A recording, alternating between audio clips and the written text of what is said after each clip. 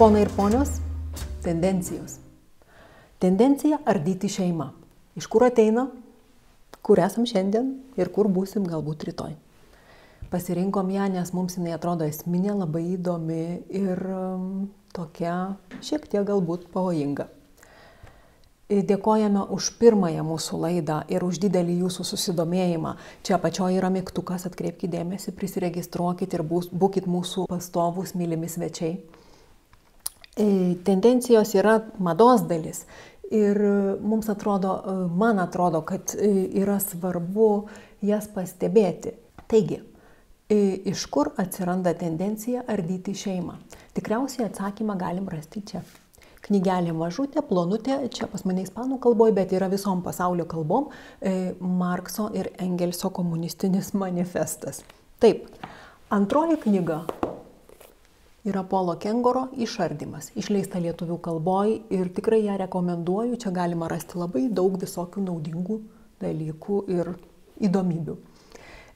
Pacituosiu, neišsigaskit, mano citatos bus labai trumpos, labai pačios esminiškiausios ir puikiai atskleidžiančios knygos esmę, taigi pacituosiu Polą Kengorą, kuris puikiai iliustruoja, iš kur ateina šita tendencija. Šeimos ardymo šaknys yra komunizme. Ir Marksas ir Engelsas buvo pasirengę svarstyti tėvų teisių visišką panaikinimą. Taip. Šeima buvo buržuazijos lizdas. Mes turim suprasti, kad jiems tai buvo priešas numeris vienas, nes tėvai perdodavo savo turtą ir visą kapitalą vaikams. Ten buvo perdodamos ir krikščioniškosios tradicijos ir visos nubrėžiamos moralinės normos. Taigi, žinoma, kad jie su šeima buvo nusiteikę labai rimtai kovoti. Sakysit, prie ko čia visi tie leninizmai, stalinizmai ir visos šitos senos ideologijos ir šiandieninė mūsų postmodernybė. Ogi visas šitas dalykas puikiausiai instaliavosi šiandien į mūsų socialdemokratijas. Ir ne tik socialdemokratų partiją, bet ir pas liberalus, ir pas tuos pačius konservatorius. Realiai tai jie viens nuo kito skiriasi labai minimaliai, šiandien partijos beveik nesiskiria. 1919. Maskva. Aleksandra Kolontai, nežinau, tikriausiai daugam girdėta šitas vardas, viena svarbiausių komunisčių moterų, žinoma, feministė. Ji įkūrė Lenino moterų ministeriją ir propagavo laisvąją meilę. Taip, 1919 metai, taip, kuri žinoma plito kaip ugnis. Ir ji ragino visų šalių feministės išlaisvinti namų šeimininkės iš namų jungo. Šeimos dienos suskaičiuotos, nes šeima yra buržuazinių nesąmonių krūva. Motina darbininkė privalo išmokti neskirstyti vaikų į jūsų ir mano. Visi vaikai yra bendri, o geriausiai juos auklėja ne tėvai, o kolektyvas ir valstybė. Leonidas Sapsovičius, nežinau kaip tariu šitą vardą, bet irgi prie Stalino. Toks veikėjas, sovietų miestų planuotojas, pasisakė už visišką vaikų atskirimą nuo tėvų. Ir už valstybės gali bausti tuos, kurie tam priešinsis. Buvo sugalvojęs tokią utopiją - vaikų miestelius. Reiškia, išveža vaiką už 1000 kilometrų nuo šeimos. Nežinau, ar ten jam palieka jo vardą ar pavardę, ar ne, bet vaikas nebegauna jokios šeimos įtakos auklėjimo ir puikiausiai jį išauklėja komunistinė Rusija. Ir taigi, šiandien neapsirikim, ne mes einam į vakarus, o vakarai apsuko gražiai istorijos ratą ir sugrįžo į komunizmo ištakas ir atėjo į rytus. Keista ir tendencija iš tikrųjų yra tokia link komunizmo ideologijos. Itin svarbi Lenino revoliucijos dalis buvo seksualinė revoliucija. Ji vyko ne vakaruose. Šito aš nežinojau, beje, visai neseniai prieš kelis metus tik tai sužinau. O būtent Rusijoje apie tai itin vengiama kalbėti Lietuvoje, dėl to, kad mes jau buvom ten įmerkę kojas ir labai nuo tos sistemos ir režimo nukentėjom. Tai mes aišku nepripažinsim ir vengsim apie tai kalbėti ir žinoma, kad mums tai bus labai nefaina, bet tenka žiūrėti, tenka nebijoti ir žiūrėti šitai sistemai vėl į akis. Taigi, kurį laiką buvo vykdomas seksualinis išlaisvinimas, Lenino bolševikų pradėtas. Terminas seksualinis komunizmas, čia apie tai rašo Kengoras, kilęs iš ten, šeimos ardymo plano dalis. Vakaruose seksualinės revoliucijos valanda išmušė tik 20-ajame amžiuje, 7-ajame dešimtmetyje. Žinoma, galit pasakyti, kad tai nieko bendro, kad nesąmonė, nes mes žinom, kai buvo komunizme ir sekso ten iš vis nebuvo. Deja, nėra visiškai taip. Stalinas rado Rusiją jau taip nustekentą viso šito reikalo. Buvo begalė našlaičių. Pasidomėkit, paskaitykit, susipažinkit su faktais, datomis. Venerinės ligos ir visos moralinės normos išsitrynė. Buvo tikrai labai liūdna situacija ir Rusija būtų atsidūrus nežinau kur, tad Stalinas ėmėsi kito ekstremo ir uždraudė seksą visai. Ir tada atėjo į Lietuvą ir nuo ten mes jau pažįstam komunizmą. Taigi, 7-asis dešimtmetis ir buvo be galo daug pasekėjų, gerbėjų, visokių mylėtojų komunizmo ir filosofų ir ko tik nori, bet vienas iš pagrindinių jo įkvėpėjų buvo Herbertas Marcuse. Jis išrado ir tokį terminą diskriminuojanti tolerancija. Tai kaip karštas sniegas, bet mokėjo pritaikyti praktikoje. Kad sukurti tikrą demokratiją, reikia pasitelkti nedemokratiškas priemonės. Represyvę toleranciją reiškia spausti tuos, kurie nepritarė. Tai žinoma, bus dešinieji. Ir vakarų progresas buvo statomas taip. Jie buvo įsitikinę, kad blogas komunizmas gyvena savo rytuose ir ten toj nepažangioje Rusijoje ir visose postsovietinėse valstybėse, sovietinėse. Ir geras komunizmas bus statomas vakaruose ir mes jį pastatysim ir jisai bus ten, kvėpuosim laisvę ir reiškia demokratiją. Ir turtingi, pažangus vakarai ėjo tuo keliu. Žinoma, aišku, jie skirstė žmonės į tos jau nepažangius ir konservatyvius ir į pažangius ir progresyvius veikėjus, kurie užsiėmė šitą nesmurtinę revoliuciją. Marcuse, beje, jam turime būti dėkingi ir už tokį išradimą, padėjus vėl suklestėti komunizmui, kaip jisai tiesiog pasakė, kad niekas nebepatikės proletariato priespaudą, kad jau darbininkai nebe ta žmonių grupė, kurią prisidengus reikia įstatyti. Ir pasiūlė prisidengti arba tiesiog atrasti mažumas. Visuomenę suskaldyti į daugybę gabaliukų ir kaip tą pyragą reiškia bus lengva išdalinti, tuo labiau, kad žmonės tarpusavį pradės pyktis. Taigi, žmogaus teisės išsigimė į norus, troškimus ir aistras. Šeima irsta pati veikiama ardančių tendencijų, ugdant nejautrą besitraukiantiems moralės slenksčiams.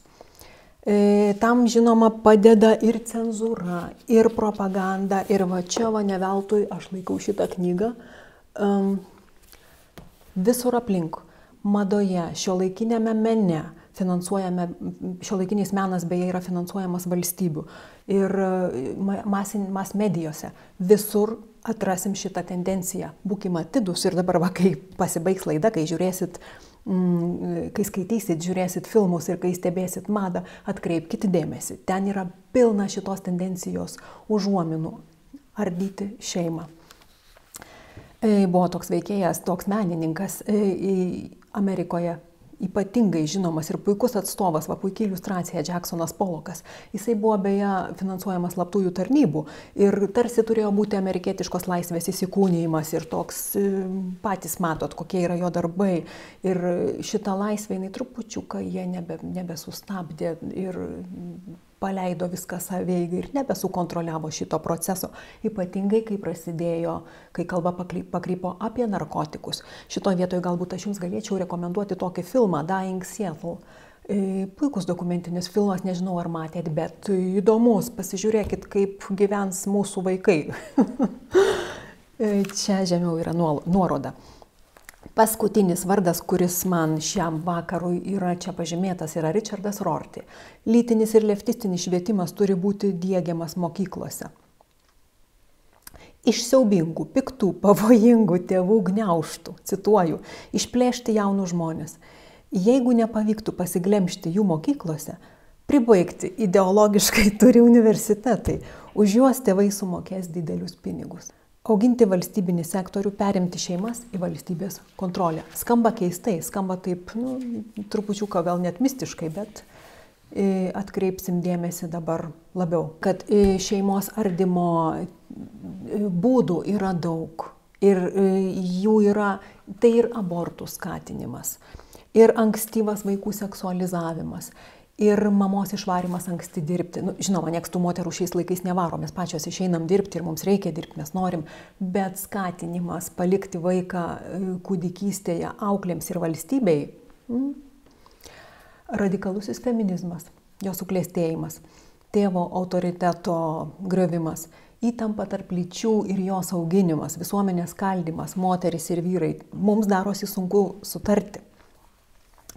Krikščionybės gesinimas, imoralinių normų tirpdymas ir valstybių šeimos politika. Valstybės kišimasis vis gilyn į šeimą, kaip niekada nebuvo net tam pačiam komunizme. Jie apie tai daug kalbėjo, bet taip elgtis kaip šiandien nedrįso.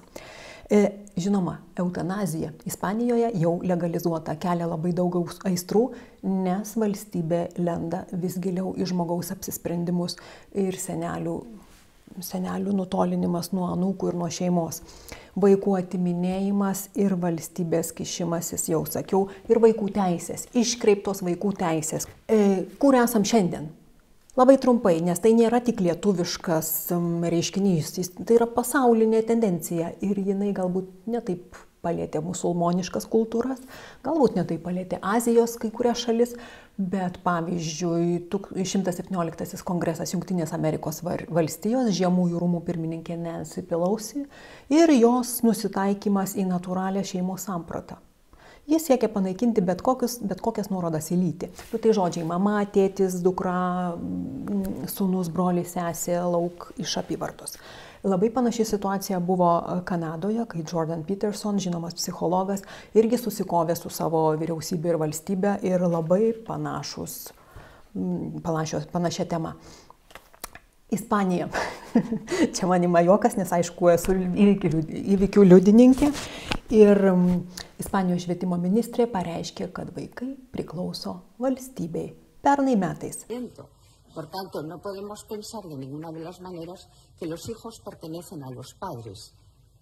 Visa Ispanija vos neapvirto aukštyn kojomis iš nustebimo.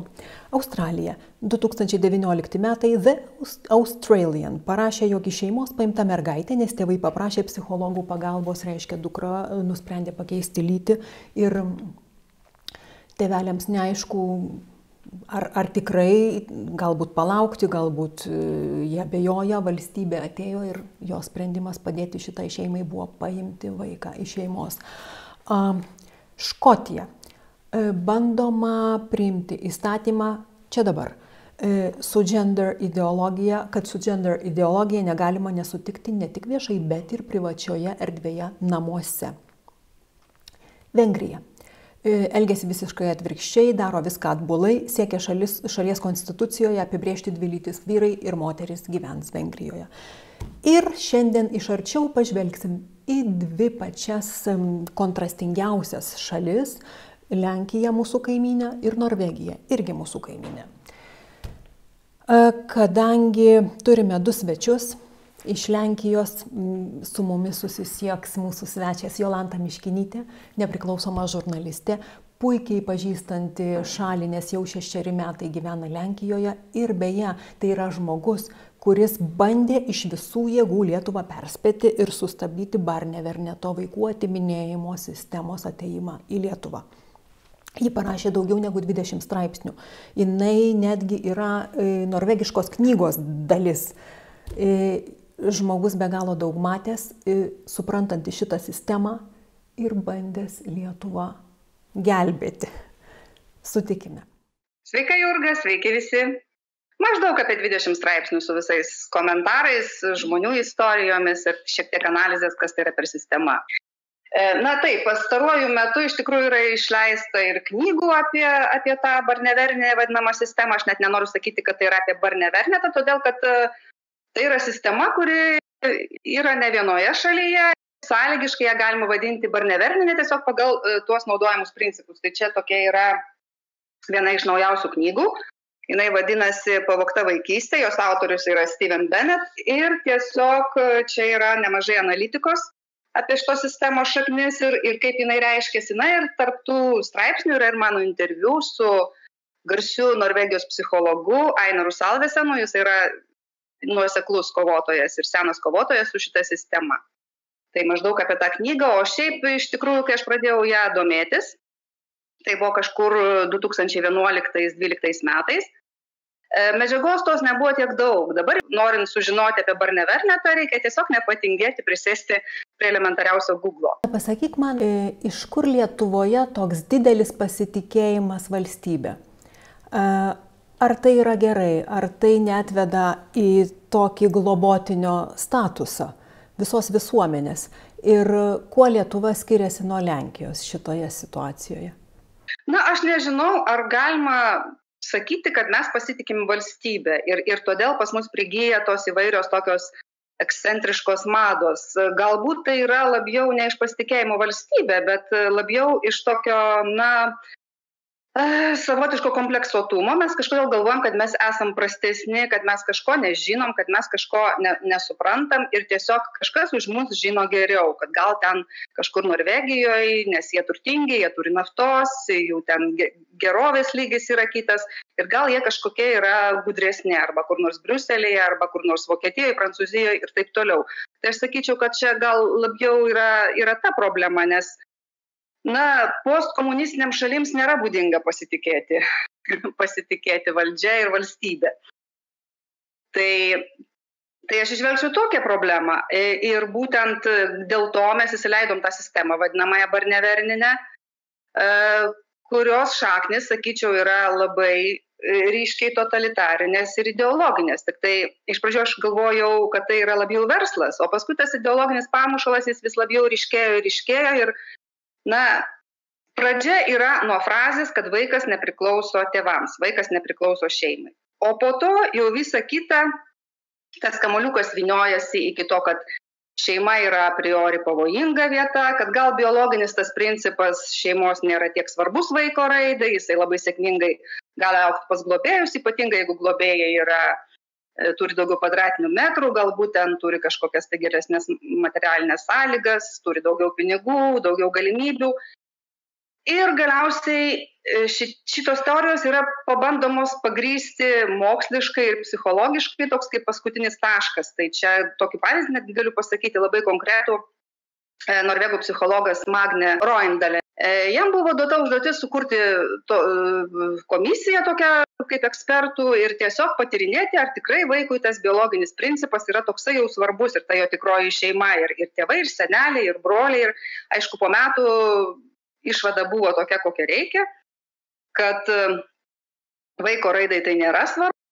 Ir, žodžiu, tas prisirišimo principas buvo perkeltas iš esmės į globėjų šeimą. Ir kaipgi tai pasireiškia? Tai pasireiškia vėlgi nukreiptai prieš biologinę šeimą, todėl kad iš biologinių tėvų vaiką galima paimti labai lengvai, globėjams perduoti labai lengvai, užtenka vieno skundo, atvažiuoja policija, atvažiuoja darbuotojai, paima ir po to žmogus neturi jo kaltė būti įrodyta, kad jis nesmurtavo, kad kažkoks nesusipratimas, bet jisai turi įrodyti, kad jis yra nekaltas. Ir galop, jeigu, tarkim, teismai vis tik tai nusprendžia tėvų naudai, tai Barneverninė sistema būtent pagal tą pseudo psichologo tokį surašytą, nežinau kaip tai pavadinti, vadovą, jinai nusprendžia, kad vaiko negalima grąžinti į šeimą, todėl kad jisai jau prisirišęs prie globėjų. Tai štai kaip, trumpai tariant, kaip suveikia tos įvairios schemos šeimos nenaudai. Ir yra įdomu tai, kad mes tą sistemą įsileidome pagal lygiai tą pačią schemą, pagal kurią jinai patenka ir į kitas šalis, nes mesgi ne vienintelė esam tą tokią vaiko reformą pasidarę. Tai yra, iš pradžių pasirodo straipsniai, pasisakymai specialistų, kad, štai, sakykime, lietuviai ten ar latviai, aš skaičiu apie britus, kad jie yra iš esmės blogi tėvai, kad labai daug smurto, kad nemoka auklėti savo vaikų. Paskui pasipila istorijos, kaip vaikai kenčia šeimose ir paskui galiausiai kažkoks kyla rezonansinis atvejis, toks kaip mūsų Matuko, ir tada, aišku, visuomenė yra labai supykdyta, lobistai yra labai pasirengę ir štai tada yra ta sistema įvedama tarsi pačios visuomenės prašymų. Na ir totalitarinė prigimtis jos yra akivaizdi, nes pagalvokim, koks gyvenimas laukia tėvų. Tiesiog dėl to, kad galbūt susibarė su mokytoja mokykloje ir buvo paskūstas. Aišku, tai yra gėda, tai yra stigma ir todėl, nekeista, kad labai daug šeimų iš tikrųjų tyli, nepasakoja tų savo tragedijų. Tai štai dabar apibendrinant, galima ką pasakyti? Galima pasakyti, kad per ilgesnį laiką toje visuomenėje iš tikrųjų daugėja baimės, daugėja tokios tylos nejaukios, žmonės pradeda bijoti, aš esu klausius ne vieną istoriją apie tai, kaip yra tiesiog baisų kaimynų, todėl kad, gal ten su jais nelabai ten sutarėm, ar jie kreivai žiūri, ar tavo vaikas bėgioja, o pačioje gyvena kažkokia ten pikta teta, kuri gali paskambinti visada. Žodžiu, ta tokia atmosfera, nepasakysim, kad jinai yra laisvės ar ne, laisvės, demokratijos atmosfera. Tai yra jau kitaip pavadintinas reikalas. Taip. Tai yra tokia sistema, kurią mes prisijėmėm ir jinai iš tikrųjų labai agresyviai braunasi ir į kitas šalis. Buvo čia tokių bandymų ją ir Lenkijoje prastumti, bet Lenkai susigrėbė po vieno vaiko savižudybės iš tikrųjų ir vis tik tai nutarė, kad jie šitą sferą tvarkys geriau patys, bet tų gerųjų patirčių, kaip pas mus vadinam. Ir dar vienas klausimas. Ko turėtų saugotis mūsų, kabutėse, modernioji Lietuva? Besistengiant įrodyti pasauliui, kad mes jau esam progresyvus, mes jau pakankami, mes jau esame geri. Iš tikrųjų, sakyčiau, kad kaip kas supranta tą pažangą ir tą modernumą. Aš, tarkim, vienam lietuviškam portale mokslo skyrelyje skaičiau mokslo žurnalistų, save vadinančio jauno žmogaus, tokius pamąstymus, kad lietuviai tiesiog yra pavyzdys pasauliui dėl mažo gimstamumo. Ir ten buvo tokių tikrai ekscentriškų dalykų, kad moteris, kuri augina vieną vaiką, tai jinai yra pažangi, išsilavinusi, o jau ten tos didesnės šeimos, tai jau ten moteris jau yra tokios kaip ir iš to atsilikusio pasaulio. Tai jeigu mes kalbėtume apie tokią pažangą, tai aš tai būčiau linkusi, kritiškai pasižiūrėti, švelniai tariant. Sveikas protas, koks sveikas protas gali sutikti su tokiom anketom, kurios dabar platinamos mūsų mokyklose. Ten vienas klausimas yra penktokėliams, tai 11 turbūt ar 12 metų vaikams, dėl lyties. Tu jau jautiesi labiau berniuku ar mergaitė. Arba toks klausimas, ar šeimoje patenkinami tavo poreikiai. Mano tėvai mano poreikių, niekada nepatenkino, nes poreikiai vaiko visada didesnė.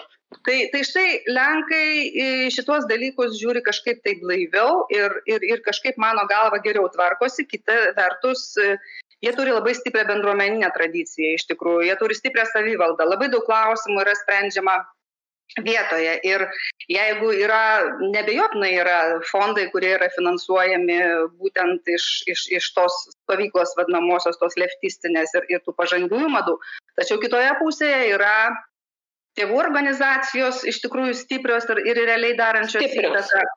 Taip, yra ta pati garsioji, pastaruoju metu labai pagarsinta teisininkų organizacija Ordo Juris, kuri labai daug nuveikė padėdama šeimoms. Jinai labai puolama ne šiaip savo, nes iš tikrųjų jinai realiai vykdo darbą. Jinai pagelbėjo ir dėstytojams, kurie dėl savo pažiūrų buvo nukentėję, tiesiog pašalinti iš universitetų, ir taipogi pabėgusioms šeimoms iš Norvegijos nuo Barneverneto padėjo čia įsikurti. Jeigu dabar prisimintume tuos nesenus didžiulius protestus Lenkijoje, ten iš tikrųjų 10 000 žmonių išėjo į gatves ir įvairiuose miestuose. Tai streiko vietą organizavo, tai iš tiesų radikalusis feministinis judėjimas. Vienas iš griovimo šeimos variklių. Tai vienas iš šeimos griovimo įrankių, kaip ir ta vaiko teisų apsauga Barneverninė.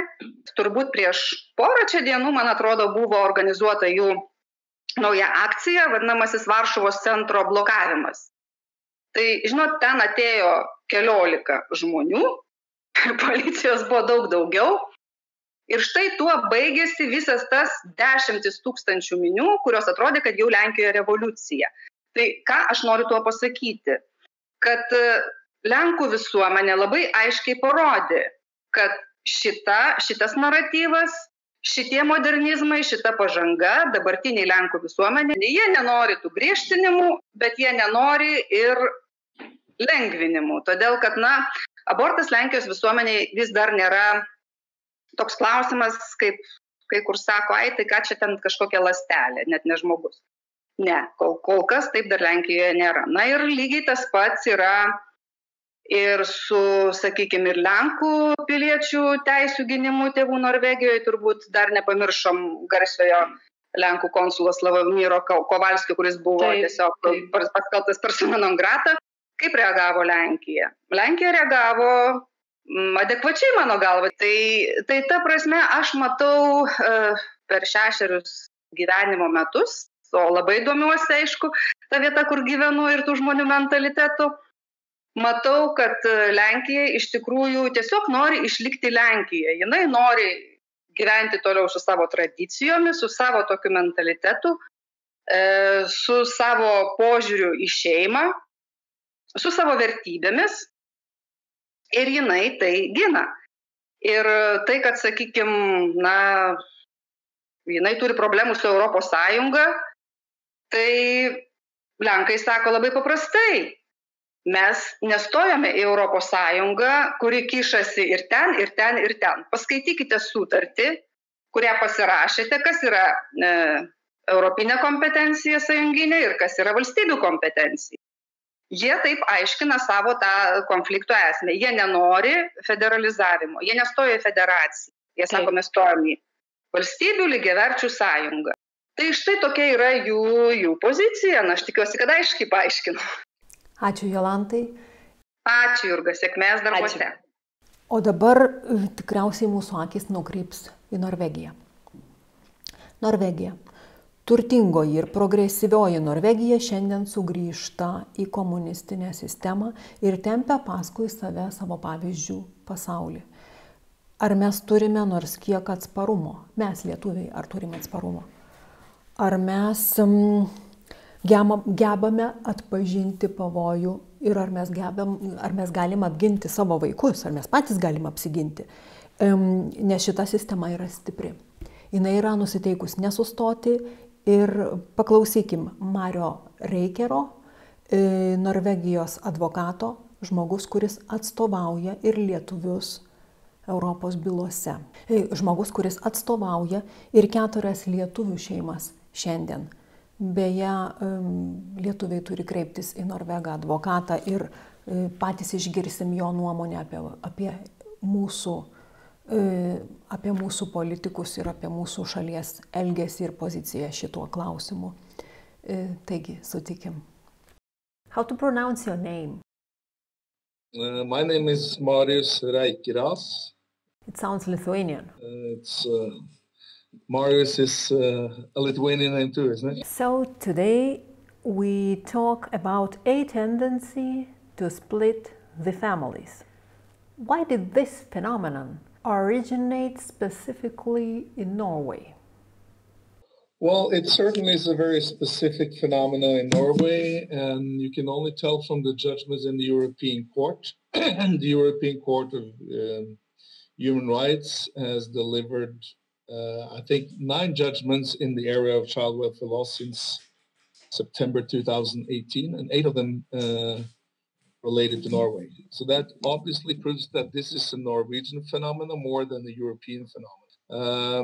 The reason why is complicated, and I don't think I have the specific answer to it, even though I've been working on this area for a long time. I think the main reason is that first of all, Norway is not a part of the European Union. Norway is a rich country far out in the north, which has a tendency to live by its own rules. And even for decades, for many, many years, Norway has had this strong belief that the government should interact with the families. Many people will call it like a new kind of like a communist area or something. Obviously, it's something called socialist democracy that has been running for Norway for even after World War II. And the thing is that it's very important for the Norwegian government to be in control also of the families.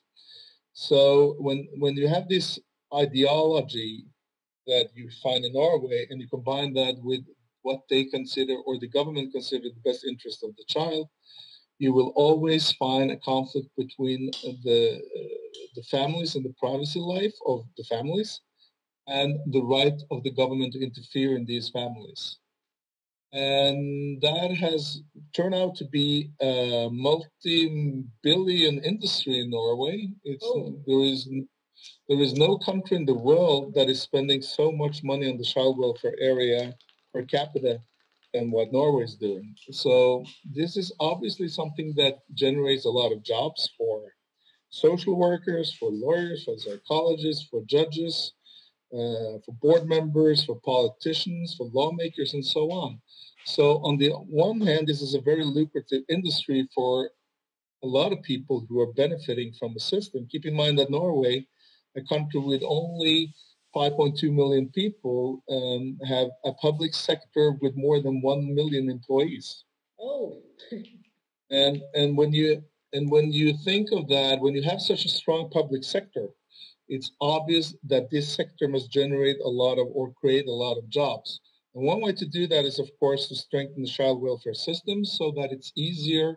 So it's a way to justify taking children into public care as long as they can claim some kind of like deficiency or lack of parental skills for those who are suffering from this system. That's what we have been seeing in all these judgments, because it's a sensational number.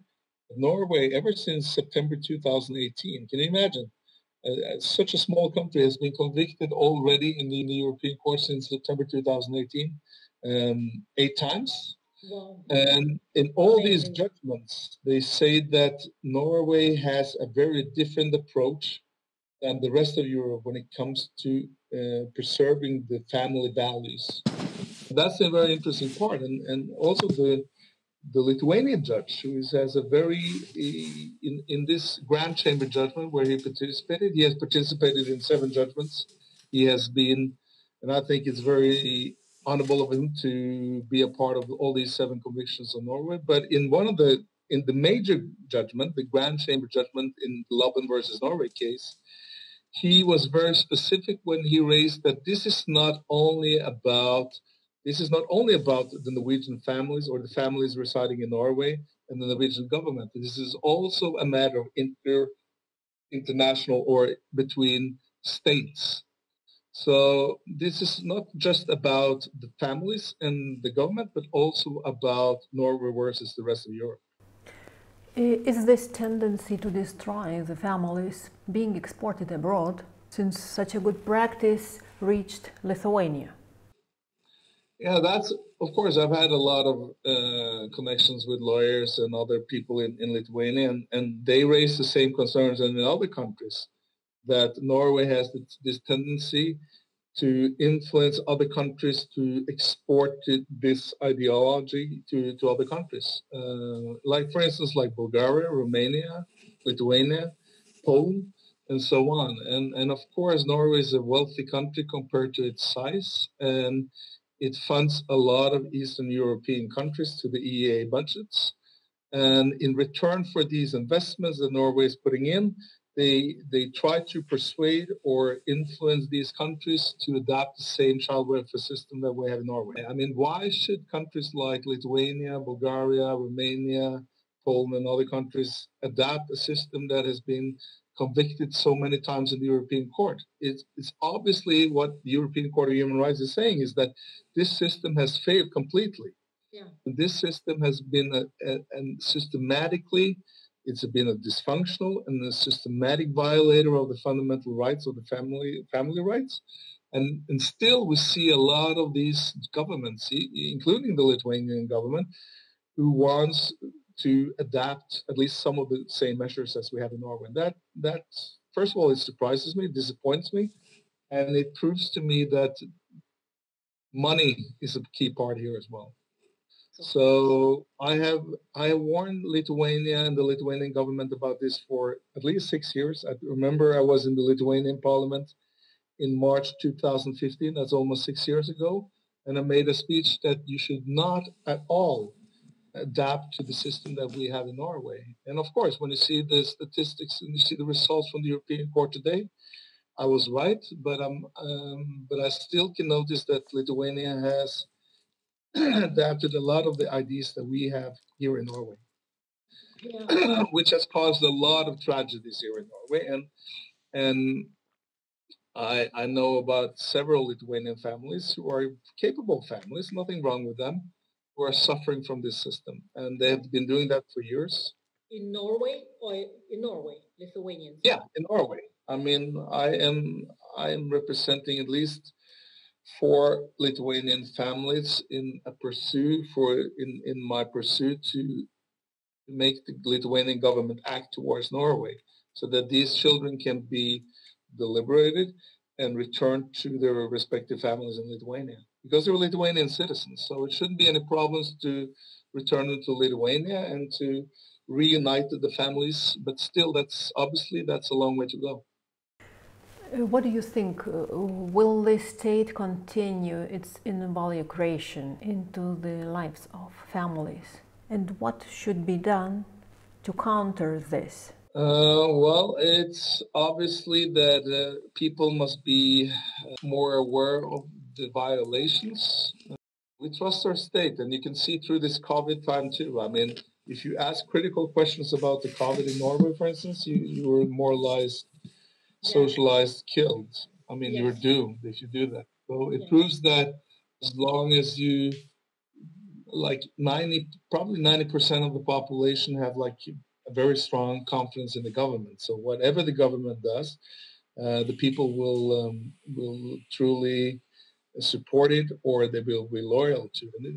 And it proves to me that even with so many convictions in the European Court of Human Rights, we have the same pattern, that people still tend to believe that the state will always be right. So they ignore these judgments, saying that, okay, we've had these judgments in the court, but we still think that we have a perfect system. And the problem in Norway, I think, is that a lot of people, unfortunately, have a tendency to be what I call brainwashed from the economy. That's maybe sounds strong words to you, but I think that way too many people have, because we are a wealthy country and the public sector has a lot of money. It's obviously that the people, as long as they're fed with enough money and bread and circus, they tend to be very loyal to the government. Yeah. And that is, of course, something that affects the people who have been violated, because the people who have been violated, they don't have any support from the majority of the population. As long as the government, they're alone. So all these people are pretty much fighting by themselves. And people it's also very difficult, for instance, people like me, who are human rights counselors, to try to penetrate into the system, as you will be regarded as an enemy of the state, because people don't want to hear about the violations. They want to live in this bubble that we live in, a so-called perfect society where everyone is taken care of. And this is sort of like a lie that has been going on for decades, but it continues to exist as long as the money comes in. And what are the reasons to take the child? Of course, the question. If I should answer that with one word, I would say money. Because if you take if one municipality, you have to distinguish. This process, taking a child into public care, is two-sided. First, it is the state or the government that is in control of the major process, but it's up to the municipalities to decide whether they should take a child into public care. Now, most of these municipalities will benefit financially from taking children into public care. So if you take one child into public care, it will generate a lot of money into the public sector. First of all, we will generate a lot of money to the social workers on the social budgets. It will generate a lot of jobs into the courts or into the legal sector. It will generate a lot of money into the foster homes because it's quite lucrative for a lot of people to be foster parents. It will generate a lot of money for the psychologists who will be appointed as experts, for the lawyers who will carry on these cases, and so on. So it's like a basket where a lot of people will benefit. It's a matter of money as well. So in other countries where, I was lecturing in a conference in France some years ago, and this French human rights lawyer told me that, Marius, he said, we have more than 12 times the population of Norway, but still Norway has like 3 times the social welfare budget or the child welfare budget that we have. And that's I've been traveling all over the world talking about this, and it's the same thing. Everyone says the same thing, that in other countries, if the families have problems, let's pretend they have problems, it's more up to the family to, if the parents cannot take care of the child, let's say that, it's up to the grandparents or the uncles or the greater family to take care. But in Norway, it's not like that. It doesn't work like that. It works like if the government has decided to target a family, they take the child out of the family, even though the grandparents or the uncles can be perfectly suitable for the job. So that's where you have the big difference between Norway and the rest of Europe. So that's why the European Court has obviously seen this. The European Parliament has seen this. The Council of Europe has seen this, and they see the same pattern, that Norway has been able for so many years to live in their own bubble and to create so many tragedies for so many normal working families. When I accepted to say yes to make a speech in a small demonstration outside the Norwegian Parliament, I remember that I didn't believe it either, because I was thinking that it got to be something wrong with the families. So I had the same belief, but I realized very quickly that this is not about the families. This is about a system that deliberately violate these human rights in order to benefit themselves. And that's why a lot of lawyers, for instance, they want to maintain the system the way it is today, because the same with psychologists, the same with judges and so on, because it's a part of a system that has grown for decades. It works. They don't want changes. It works. As long as people shut their mouths, as long as people are afraid to speak out, and that's you see very many. I personally see very many similarities with the COVID situation as well. That in Norway, you should not raise your voice if that voice is against the government. You see? Yes. Because you got to have a strong character in order to stand up against the government. That's for sure. Now Norway has a lot of convictions already. Another 30 plus cases are pending in the court. Norway will be convicted most likely in another 30 cases. So this is going to be something completely unique in history, that Norway is actually the only country in Europe being convicted in child welfare cases, and we have we comprise 0.6% of the total population of the European Council. How many related cases have you deal with? There are so many. I cannot even. I don't even have the numbers, but there are hundreds. But I'm only one person, and I'm doing this because I'm doing this from an international perspective. So my primary job is in this matter is to alert international society about this. In February, just before COVID started, I was in New Zealand, because even in New Zealand, they're afraid that the Norwegian system will come even there. You see? Because this communistic, let's say, socialism is coming everywhere, and it's tendency. Yeah. Norway has this, Norway has, and credit to the Norwegian government, that the Norwegian government has managed to fool the rest of the world that we are like the ideal society. So a lot of, and as long as we put the money, As long as Norway spend like uncritically huge amounts of money to other nations, I mean, a lot of nations will think that Norway is okay because it's, who cares anyway? It's a small country. So I'm very happy to see that the court and the European Parliament and the Council of Europe have at least disclosed this bluff, this human rights bluff, because that's what it is. It's a big human rights bluff, and it has caused so many tragedies, so many deaths. I mean, we have even, I don't have the numbers, of course, but I would not be surprised that we have more deaths from this child welfare system in 2020 than we have from the COVID situation. I know so many people who have committed suicide because of this, because they have been taking the children and they have no chance to get the children back, and they see no other alternative than to end their lives. And no one cares. That's the problem. That no one cares. It's only a number in the statistics, and it's just tragic to see. Have you known any Lithuanians? Many. At least 12, 15 families the last years who are dealing with the Norwegian child welfare system. The most famous case is, of course, the Gabrielis case, because that's the case I tried to address in the Lithuanian parliament back in 2015. And it's still going on. Even after all these convictions, the family is not being able to be reunited with the Gabrielis, you know? And it's absolutely horrific to see that everyone knows that the Gabrielis case is a continuous violation of that family's rights, but no one cares.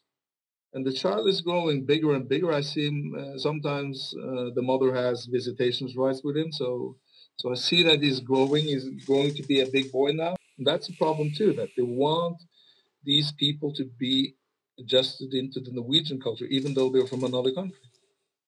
So that's just one in many cases. You have another tragic case with an American Lithuanian family, a wonderful family too, and they took these 3 children without any specific cause, and they're still struggling.